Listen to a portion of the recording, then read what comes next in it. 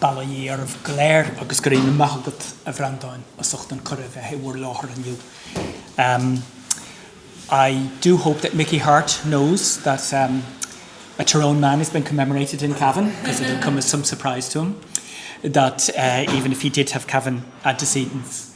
So one of the things which I'm trying to do here is actually try to piece religion, how that fits into the matrix of identity in the 1640s in Ireland. And it's something which remains topical, and I think we just have to look at the American election, because if we look at religion in broad terms as a faith culture, then we can see that motivates people in odd ways. And it's very important to try to assemble the jigsaw of how attitudes of faith can underpin very important political movements and become mapped onto different social and political configurations. Now, in the latter part of the 1640s, Eoghan Rua Ulster Army came to style itself as the Army of the Pope. That was at least partially because it was direct contributions from the papal nuncio Giambattista Rinuccini, which allowed the army to be readied for what subsequently became its most important victory at Benburb in June 1646. Now, despite a somewhat tense relationship, which began with underwhelming first impressions and was pockmarked with later misunderstandings, Rinuccini ultimately came to regard O'Neill and his military associates as vital aspects of the more ardent and trustworthy Catholic party among the Confederates. The standards that O'Neill's army captured at Benburb, for instance, were ultimately exported to Rome to figure prominently in a triumphalist victory procession and eventually to displace older captured Turkish banners in Santa Maria Maggiore. This view of O'Neill as a particularly zealous Catholic was echoed by the nuncio's posthumous Irish Capuchin apologists, Richard O'Farrell and Robert O'Connell, in their monumental Latin history of the Confederate Wars and their aftermath, which is now generally known by its 20th century title as the Commentarius Rinuccinianus. In an even more unvarnished fashion, Eoghan Rua figures as the Catholic paragon of the often vitriolic English language narrative, the aphorismical discovery of treasonable faction, whose anonymous author very frequently uses the sobriquet of the Catholic General for O'Neill. Yet most of the evidence of the religious practices, at least I'm not walking around, I'm famous for falling off the rostrum in UCD. Most of the evidence of the religious attitudes, practices and beliefs concerning O'Neill himself and his officers and troops is frustratingly external. The general and his army chiefly figure in the reports, letters and accounts of those who wrote about them rather than in their own words. Consequently, piecing together an understanding of their religious culture is frequently dependent on a web of hints and inferences and possibly unreliable evidence.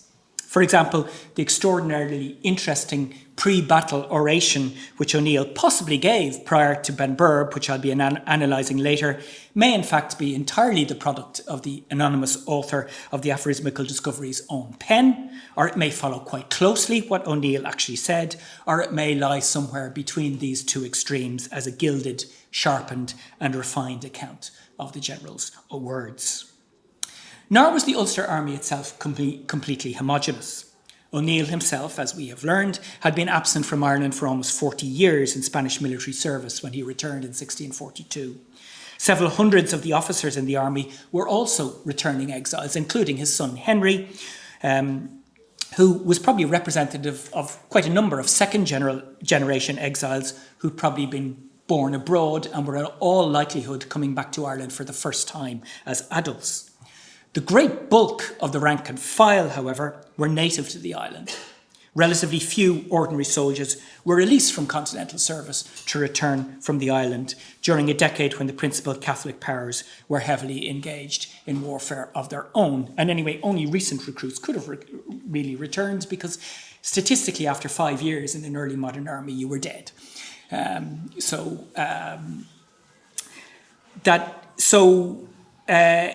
It's not certain at all that these ordinary troops were all men of Ulster, But the probability is that for most of the decade, Ulster soldiers dominated O'Neill's army. And in order to look at the religious culture there, we need to look at the province of Ulster a little bit in the decades prior to 1641. And I'm not going to talk about the 9 Years' War, although it should be borne in mind that the late 1640s and 50s were a catastrophic era of demographic collapse for Ireland as a whole. The latter part of the 9 Years' War was probably almost as bad for Ulster, in the sense that you have a programme of deliberate ethnic cleansing and murder and killing of the civilian population by English troops, which is aimed to do two things. One is to depopulate the area, sparing nobody in the latter part of the 9 Years' War, attacking villages and killing everybody in them, but even more importantly, trying to destroy the food supply of the province. So and as I say, it is unquantifiable how many of the Ulster population died, but one of the reasons why the Ulster Plantation did not promote more immediate violence was the fact that so much of the Ulster population was killed at the end of the 9 Years' War. Now, leaving that aside, in the decades prior to 1641, Ulster had become a roiling centre of many different kinds of interconnecting tensions. As a result of plantation, colonial spread, and anything goes economy for those who could make use of it, a migrant population had speckled itself throughout the entire province and indeed the entire island. Now, as we know today, migration of any kind can be productive of tension, even Dublin families, for instance, into a town like Maynooth. But the disruptive effect of this process of migration into Ulster was amplified by ethnic differences. The English and Scots newcomers spoke a different language. They wore different clothes, including strange underclothes that, according to Fynes Morrison, the Gaelic Irish called the English shitebreeks. For their part, the colonists were convinced of their own ethnic superiority and of the cultural inferiority of the native population. One pamphlet touting for migrants to staff the plantation promised equal enjoyment from hunting wolves and Irish woodkern. Visceral economic tensions developed. As a group, the newcomers did outstandingly well. Not only were they granted enormous tracts of confiscated land, but they were the subject of continued, sustained, positive discrimination on the part of the state, and were culturally suited to the emerging money economy in Ulster in a way that the native population could not match. They rapidly began to engross the best agricultural land available, driving the native population to more marginal holdings, often at exploitative rents. A pattern developed where even relatively rich Gaelic families, which had been granted land in the plantations, found themselves slipping into debt and mortgaging lands. Even relatively low status English migrant artisans could become involved in this pattern of money lending and debt acquisition. This helped create enormous and explosive status inconsistencies. Gaelic society was intensely hierarchical. Consequently, the resentment of the burgeoning wealth of perceived upstarts of low social class was particularly enormous. Underpinning this process of turmoil was a predatory state with a tradition of reliance on easily abused commissions of martial law, which gave the power of capital punishment and confiscation of property into the hands of selected members of this new migrant population. Acting as a capstone and intersecting with these other tensions was the issue of religious difference. In any early modern society, religion played a central role in regulating and explaining human behaviour.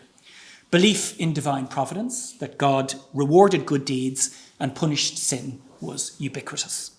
Most education was orientated towards religious purposes, and as a group, religious professionals, the clergy, generally exceeded the formal educational qualifications of the vast majority, if not all, the population. Their task was to steer the people towards the meritorious behaviours that would give them the best chance possible to attain eternal salvation and God's favour in this world as well. Now, the first 4 decades of the 17th century saw an increasingly effective movement of Catholic preaching and education all over Ireland, including Ulster. While much of this involved little more than teaching very basic prayers and simple moral behaviours, the Catholic clergy saw one of their most important tasks as protecting their flocks from wolves in sheep's clothing, namely Protestants. Throughout Europe, and Ireland was no exception, the basic beliefs and doctrines of mainstream Protestants and Catholics were overwhelmingly shared. But the clergy of all confessions were exceptionally good at highlighting the relatively minor differences. Rather than a form of Christianity, Catholics considered Protestants as heretics whose beliefs represented a perversion of true religion in the devil's interest.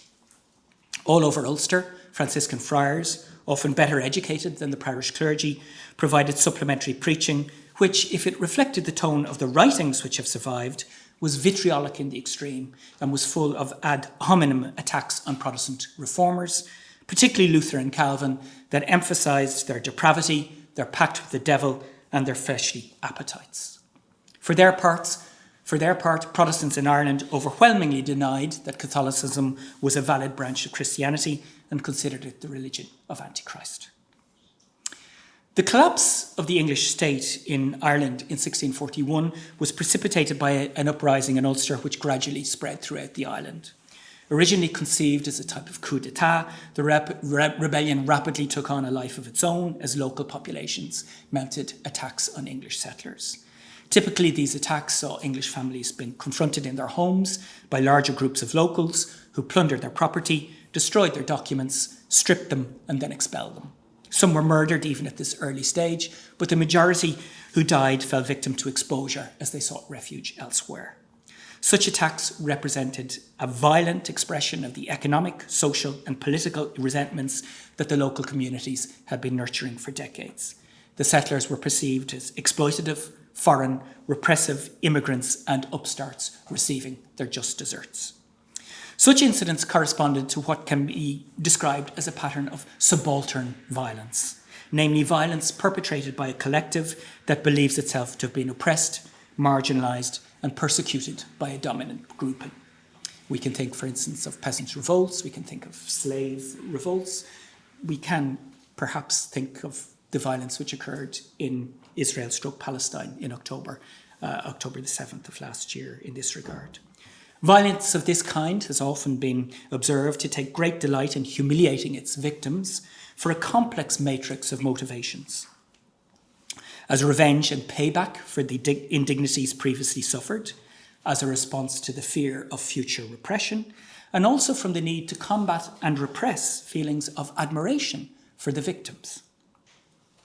In the 1650s, a Capuchin friar on the continent emphasised the persecution of the Irish in talking about the 1641 rebellion. The Irish reaction in 1641 was the response to sustained oppression.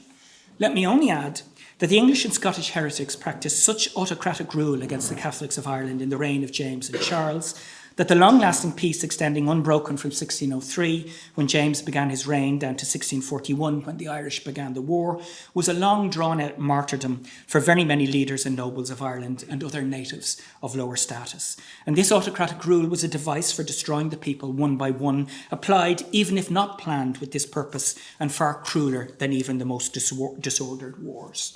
For in wars, resistance is offered to raiders and rioters, but during that long-lasting period, which too freely permitted wrongdoing, the heretical officials and private wastrels under their command, who adhered to the same doctrines, were allowed to engage in theft without punishment, since the Irish did not dare to oppose force to force for fear of something worse happening to them. And he went on to say, how much more wisely then and better would the English and Scots have managed their own affairs if they had set limits to their greed and savagery? For what was to be expected from people who had been finally provoked to lose their long and great patience by the scum of heretical newcomers in their native land, and from people who recall their ancestral freedom, than that they would want to avenge the very many great wrongs of the past and those which they still suffered, and to attempt to force to free themselves from their present slavery and the greater evils which were threatening them, and to sacrifice to the rage of the people those who had devised their mighty woes. For this is the unvarying end of wrong and violent government among all peoples.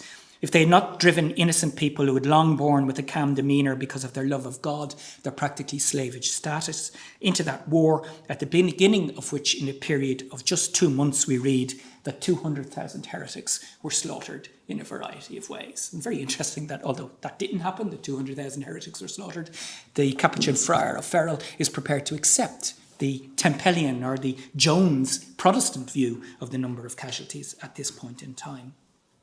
Now, religion is certainly not absent from this retrospective analysis. Catholics had been the victim of persecution, and those who persecuted were heretics. But the friar emphasised the legal, political and economic dimensions of these wrongs rather than any purely religious aspect. Nevertheless, these two critical categories of Catholic and heretic were of fundamental importance in stabilising the identities of the goodies and the baddies of his narrative.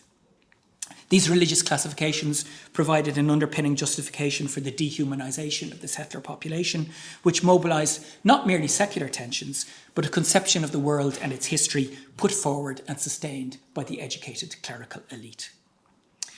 In the original rebellion, certain types of religiously orientated violence became apparent and were captured in the depositions made by surviving Protestants.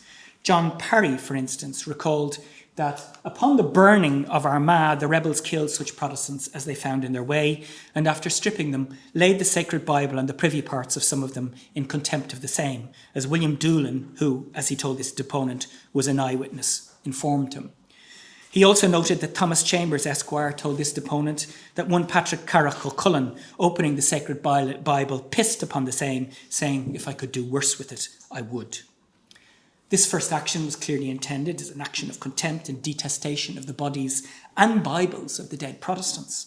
Laying their scriptures and the naked sex organs of the corpses degraded something sacred to them through contact with their genitals. This ignominious treatment of the dead bodies not only tore away their modesty, but revealed their weakness and incapacity to prevent their shame. In addition, a consistent theme in Irish clerical polemic during this period was that Protestants made use of Scripture to justify their own indulgence in fleshly appetites. In 1617, for instance, the Jesuit annual letter from Ireland highlighted this trope. Just as our innovators professed the doctrine of sola scriptura, they assert that sacred scriptures has no sense and contains only precepts. Accordingly, when the Scottish pseudo-bishop of Meath prepared to take another wife after the first had died by St. Paul, he said it is necessary for a bishop to be the husband of one wife, but he dexterously met this with the same apostle: it is better to marry than to burn, and having played thus with Scripture, he entered matrimony. The sexualisation of the Protestant Bible that Parry makes reference to may have echoed this type of Catholic accusation that Protestantism contaminated holy impulses towards celibacy and asceticism, and instead corrupted religion for carnal purposes. In addition, as the great historian of the French Wars of Religion, Nathalie Zeman-Davis, has argued, degradation of the falsely sacred could serve as a rite of purification, returning it back to the profane sphere where it belonged. O'Cullen's uriny contempt for Protestant scriptures was clearly performative to both his fellow rebels and the humiliated Protestants. In Fermanagh, Edward Slack later recalled that on the 24th of October last, the said rebels took this deponent's Bible, opened it, and laying it in the open side in a puddle of water, leapt and stamped upon it. The rebels then declared, "A plague of this book hath bred all this quarrel," and they hoped that within 3 weeks, all the Bibles of this land in Ireland should be used as that was, and worse, and that none should be left in the kingdom. Similarly, here in Cavan, it was reported that Patrick O, dwelling in Levenali in the parish of Kill, burned the church Bible, saying that it was the words of the devil, and that we, the Protestants, were unchristened people. As well as deliberately offending and humiliating Protestants, it's possible that there was an element of religious revenge in these actions for past Protestant treatment of objects and sites important to Catholics, such as the destruction of the infrastructure of St. Patrick's Purgatory in 1632. In a certain way, too, acts of religious violence were acts of faith. In a providentialist world, where it was believed that God directly punished sinful behaviour, Catholics could demonstrate the strength of their convictions concerning the devilish nature of heresy through violation of its sacred objects without fear of incurring divine retribution. As the religious professionals on the ground, the Catholic clergy were certainly happy to see those they considered heretics being expelled from localities. They relished the repossession of churches by Catholics, and they supported actions such as the destruction of Bibles and the exhumation of Protestant corpses from graveyards as part of the process of purification of sacred sites. Contrary to what became the accepted Protestant narrative of events, however, which ascribed this chief responsibility of the rising to the Catholic clergy and which insisted that they aspired to the total genocide of the settler population, in some respects, priests and friars, and even more evidently the bishops when they came to meet in March 1642, acted as forces of restraint. This was most evident in the pattern which developed in which Protestants who agreed to convert were allowed to remain in rebel-controlled areas. While not very common, this process of turning to mass occurred throughout the country and was clearly influenced by the desire of the clergy to impose some degree of religious framework on the chaos. If the original rebellion of October 1641 exposed gaping fissures between the almost entirely immigrant Protestant population and their native counterparts, the war that followed massively deepened the divide. Individual murders were certainly committed from an early stage, but larger atrocities began to accumulate as settlers struck back with savagery and Catholics responded with mass revenge killings. The arrival of English troops to confront the rebellion heightened this pattern, and the Scottish army landed in East Ulster in 1642 and immediately embarked on a campaign of fairly indiscriminate massacre and ethnic cleansing. This was the Ulster into which Eoghan Rua landed in June 1642, describing his native province like a hell, if there could be a hell on earth. Having been abroad for 4 decades, he was struck also by the barbarity of the native population, many of them little better in their ways than the most remote Indians, and he described his soldiers as behaving no better than animals. Having been employed by a continental power for 40 years, O'Neill's personal religious sensibilities were probably relatively close to the Gaelic Irish Catholic clergy, particularly Franciscan friars of the type who had served as his regimental chaplains in Flanders and now who filled the same role in the Ulster Army.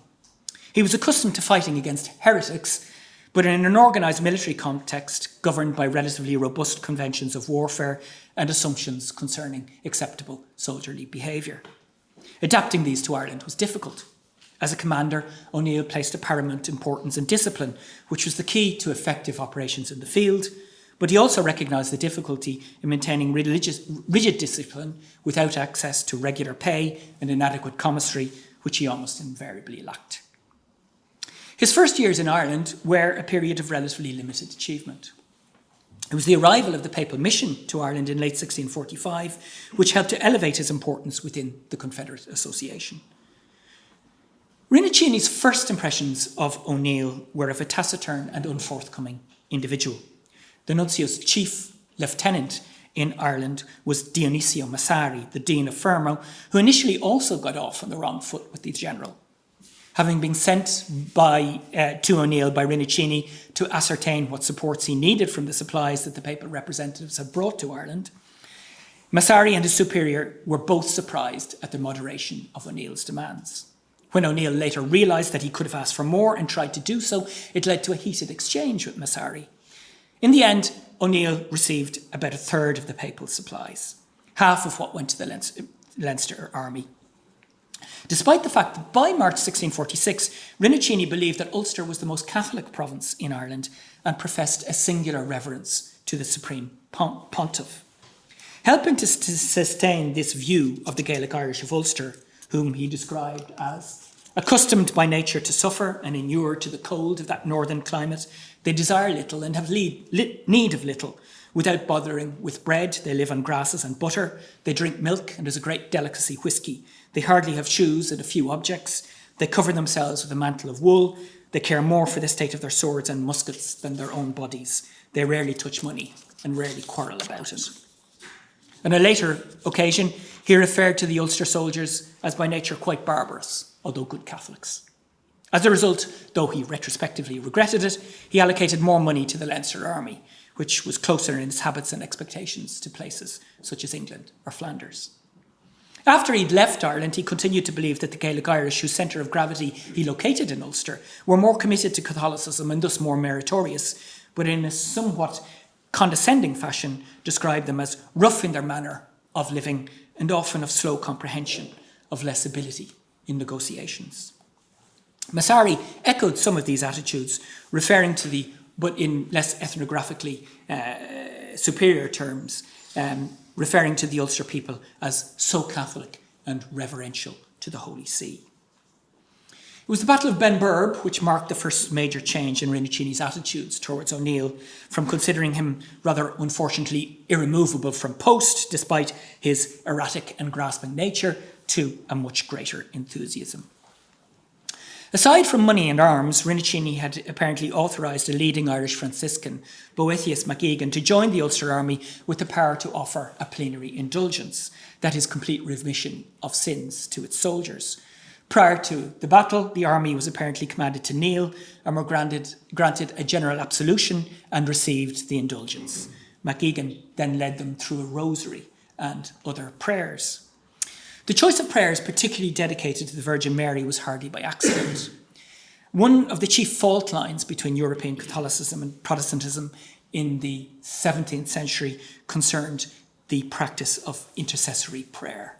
Protestants rejected the idea that prayers could be directed to anyone but God, while Catholics continued to insist that saints, who enjoyed special merits in God's eyes, could be used as advocates and intermediaries who could be appealed to canvass God's favour.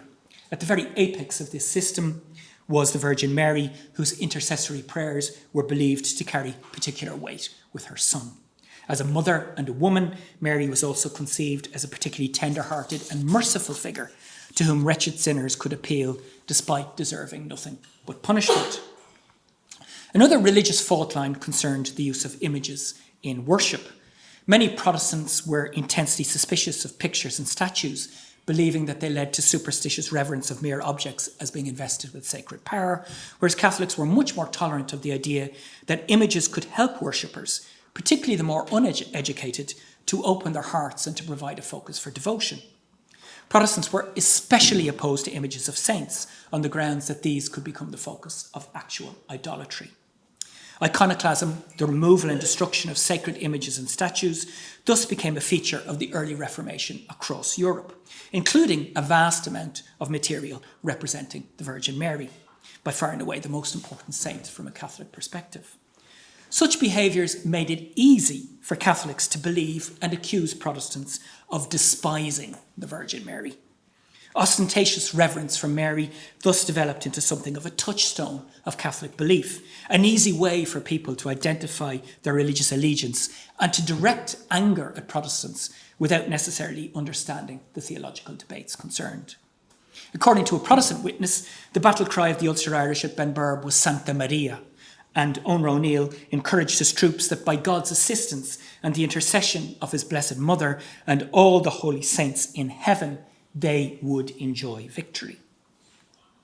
The chief Catholic source for the battle offers a slightly different perspective on Eoghan Rua O'Neill's speech, although it highlights the religious dimension of his discourse. In this account, O'Neill seems to have reminded his soldiers that they had previously committed horrible sins by pillaging the inhabitants of Leinster, but the indulgence now permitted those to be forgiven. He also insisted on the justice of their cause, since they were fighting for religion in the first place. We offer to maintain the religion taught by our Saviour, preached by the apostles, planted in Ireland by our holy patron St. Patrick, and held ever since by our predecessors. Wherefore call to God Almighty for assistance, who cannot deny you the same according his own divine covenant. You never heard justice forsaken by God, nor the cry of the poor, forlorn and religious condemned. If in this battle killed, you triumph with God in heaven. If to shun death you fly, you triumph, and leave your fellow soldiers in action, you will be no better esteemed in the world than bloody Cain, who murdered his own innocent brother Abel. In this account, therefore, O'Neill seems to have emphasised the justice of his army's cause, which necessarily would receive divine assistance. Now, using religious ideas to bolster the courage and determination of his soldiers, of course, made religious sense for any general. In addition, whatever his actual words were, we can only glimpse them through the filter of these accounts. But even if he did not express them in these precise manners, it seems probable that O'Neill's personal beliefs were consonant with these ideas. They would have been entirely conventional to the educated clergy of Ulster, with whom O'Neill was on generally close terms. Moreover, since he probably did make a speech before the battle, it's likely that he would have been eager to stress points that he thought would be effective, which offers some indication that his troops shared this framework of belief. According to the Catholic account, O'Neill also highlighted religion in his depiction of his army's enemies, interweaving it with Catholic reasons for hatred of them. Those that you see before your faces there, ready to spill your blood, are those that profane your churches, turned your altars and sanctuaries to beastly mangers, to stew houses and other barbarous uses, murdered and killed your friends and allies, both men, women and child, turned your sweet native country to desolation. All that was dear to you is demolished by fire and sword. The victory at Benburb fundamentally altered the nuncio's perception of O'Neill, but their future relationship was not without its tensions. Rather than entrust the campaign against Dublin to O'Neill alone in the autumn of 1646, Rinachini gave in to pressure from a number of advisers and adopted a worst of all possible approaches of combining both the Ulster and Leinster armies together, which helped to ensure its failure. While the Leinster general, Thomas Preston, and Rinachini himself were both far more culpable than O'Neill in this fiasco, Rinachini was critical of the Ulster commander too, suspecting him of posing as a defender of religion to increase his own power. He was angry that O'Neill did not immediately move on Dublin after the crisis of peace developed, which he ascribed to O'Neill's desire to sack Kilkenny. And he believed that O'Neill's desire for self-aggrandisement helped destabilise Preston's loyalty to the Confederate cause. Tension then developed over the fortress of Athlone. This had previously been held for the Royalist Party by Viscount Dillon, but had been captured and put under the command of one Tibbet Macaulay. Dillon subsequently converted to Catholicism when received into the church by the nuncio himself. The General Assembly of the Confederate Catholics ordered that Athlone be handed back to his command, which O'Neill resisted strenuously, not least because he entertained justifiable suspicions about Dillon's commitment to the Confederate cause. Rinachini was deeply offended by this insubordination. Not only did he take personal pride in Dillon's conversion, but he hoped it would prove an inspiration to others. In addition to issues concerning the nuncio's vanity, this particular clash between them centred on a certain worldly pragmatism on the part of the general and a somewhat naive religious enthusiasm on Rinachini's part. In Rinachini's world, Dillon's conversion had to trump other considerations, and he was deeply angered by O'Neill's behaviour. Relations soured further because of the behaviour of O'Neill's army, which had been quartered in Leinster after the Dublin campaign. Deliberately starved of resources after the convening of the General Assembly, the soldiers resorted to forcibly extorting supplies from the local population. Rinachini was outraged at their depredations, and matters became worse on the 26th of April when a sizable body of women congregated on his house in Kilkenny, claiming redress from him since the Ulster Army styled itself as the Army of the Pope. The nuncio was incandescent with anger at the besmirching of the Pope's name and the implication that he was responsible for the army's sins, and his fury was probably increased by the fact that the complaints were by women, which probably indicated complaints about sexual violence as well as other crimes, and he did not consider that O'Neill's hanging of several offenders was a sufficient response. Nor did the reputational damage to the nuncio end quickly.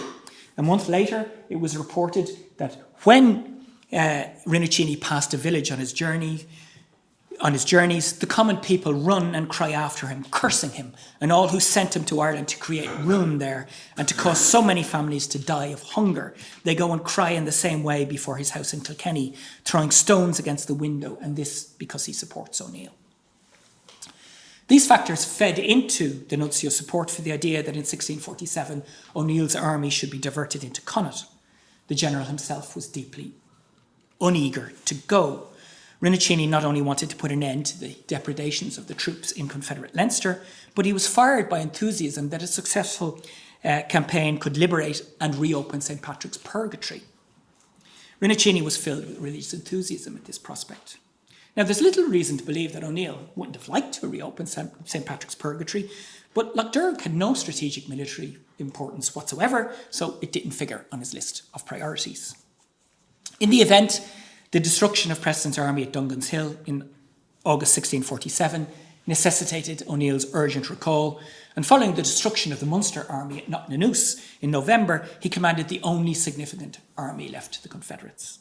These circumstances made many Confederates eager to jump at the opportunity of concluding a truce with Inchiquin in 1648.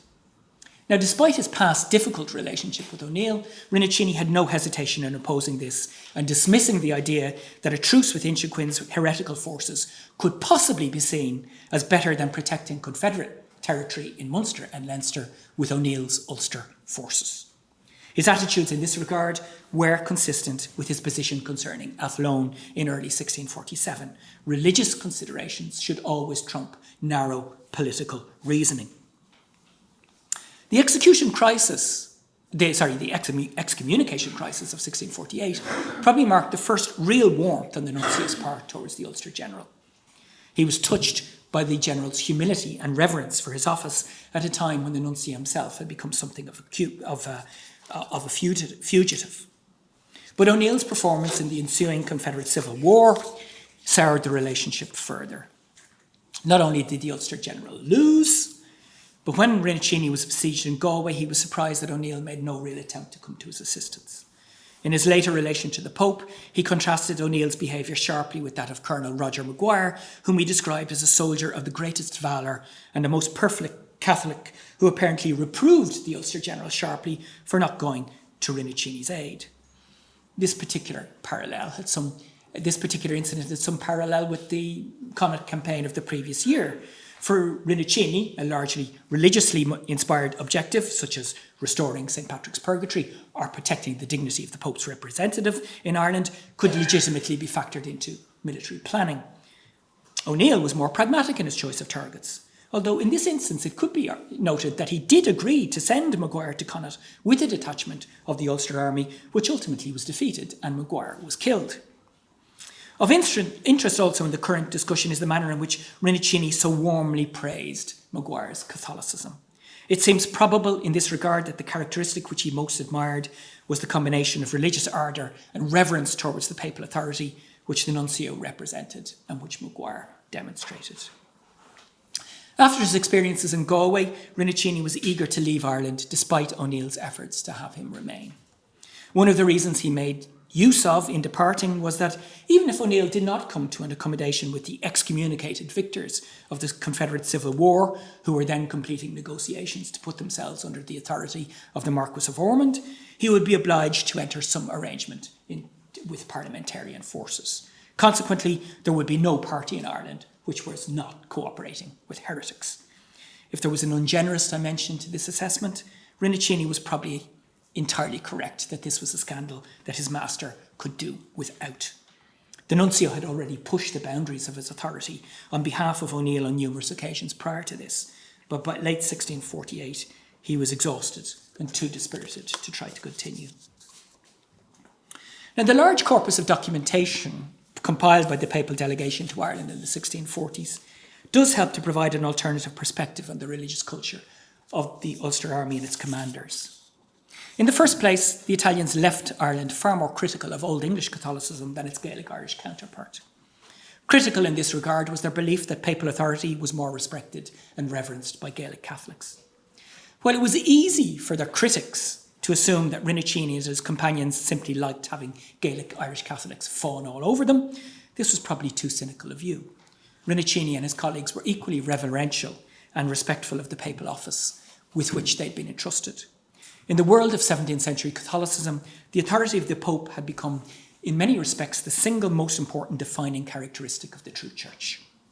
Only that authority could offer a safe path out of the multitude of conflicting religious ideas that not merely divided Protestantism from Catholicism, but seemed constantly to further subdivide Protestantism into different theological camps. Italian nuncios in Poland, it can be noted, demonstrated very similar attitudes to the ones that Rinuccini and his companions showed towards the Gaelic Irish during this time frame. In Poland, they were alert to ethnic differences, but their attitude towards them was always filtered by the overwhelming respect for reverence to Rome as the central Catholic characteristic.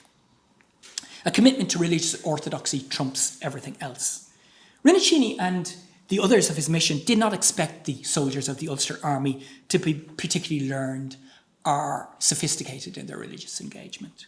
They were soldiers, living in the world in difficult and dangerous circumstances. Their job was to leave the decision of significant moral considerations to the religious professionals, and above all, to have no truck with heresy. When this was supplemented by bravery and zeal for the cause, then a figure such as Roger Maguire could be considered a most perfect Catholic, perfettissimo cattolico, by Rinuccini. This emphasis on Catholicism, as defined by the touchstone of the Pope, marked a contrast between Italian attitudes and that of most English, Old English and Lowland Scots in their estimation of the Gaelic Irish. While Rinuccini did note, from the perspective of a metropolitan European, what he considered certain barbaric characteristics, as O'Neill himself did when he arrived in Ireland, this was in a sense not relevant to his estimation. His colleague Massari was even more open to Gaelic culture and rather delighted in its ethnic difference and the fact that people so different in their habits and lifestyles shared his own religious culture. Ironically, the somewhat prickly relationship which Rinuccini had with O'Neill may in fact have been influenced by the deportment O'Neill had developed in Spanish service than his Irish identity. It was the general's taciturnity and unreadability which were responsible for a lot of the nuncio's doubts about his ultimate goals and intentions. For the soldiers and officers of the Ulster Army, hatred of heresy came easily because it built upon and legitimised the hatred of heretics and the ethnic, social, political and economic resentments which had accumulated in the province prior to 1641, subsequently intensified by the absolutely brutal warfare of the 1640s. Religion acted as a unifying and binding force and created hope that the fact that they were engaged in God's struggle opened the way for perhaps miraculous divine assistance. O'Neill and his officers seem also to have taken conscious inspiration from the Book of Maccabees in the Old Testament, infusing ethnic identity with religious zeal.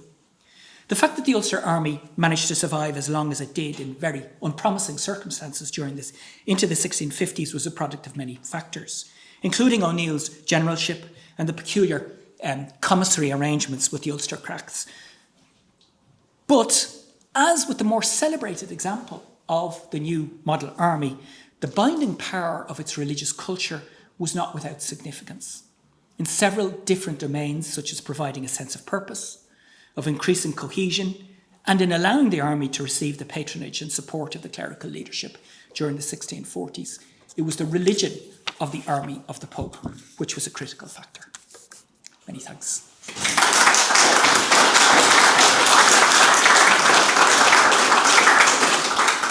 Thanks very much, Tadhg. It just shows you, I suppose, how difficult the period was in terms of religious change and religious outlook and everything else, and how nasty it was in a lot of ways. We have time for one or two questions if anybody has anything they'd like to say. Joe? Just a small observation. I gather, or I kind of understand that the religious fervour that caused the kind of murder of heretics in inverted commas, etc., that went into the folklore of Protestantism.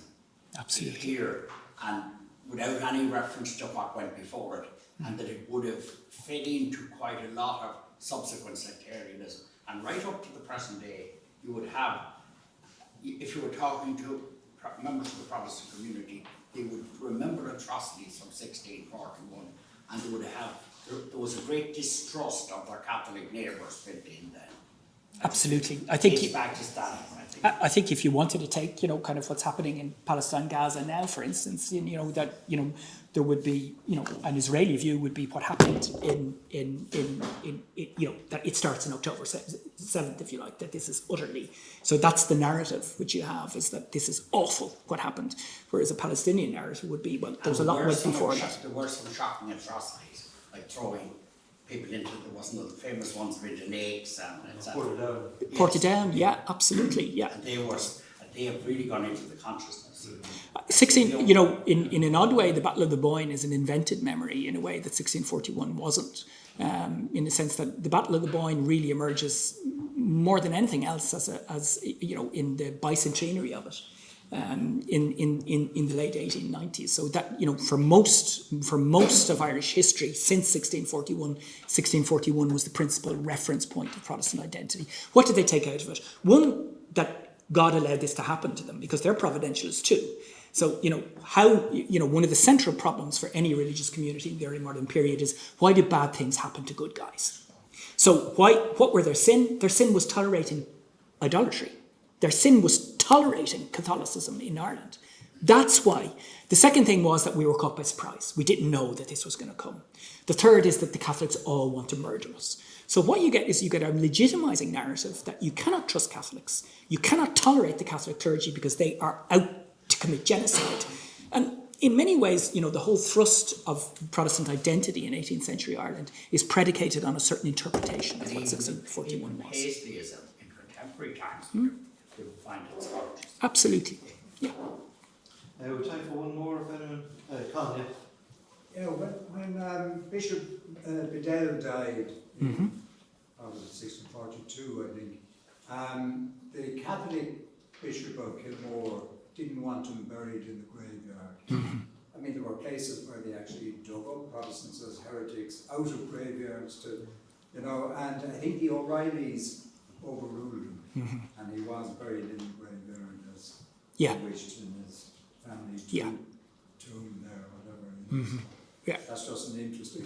Bedell is really interesting in the sense that, you know, he's an absolute sport or an exotic in terms of 17th century Irish Protestantism, and practically all the interest, you know, if you actually look at any interest in the Church of Ireland of evangelizing in the Irish language, it actually goes back to Bedell. And, you know, he had lived in Italy.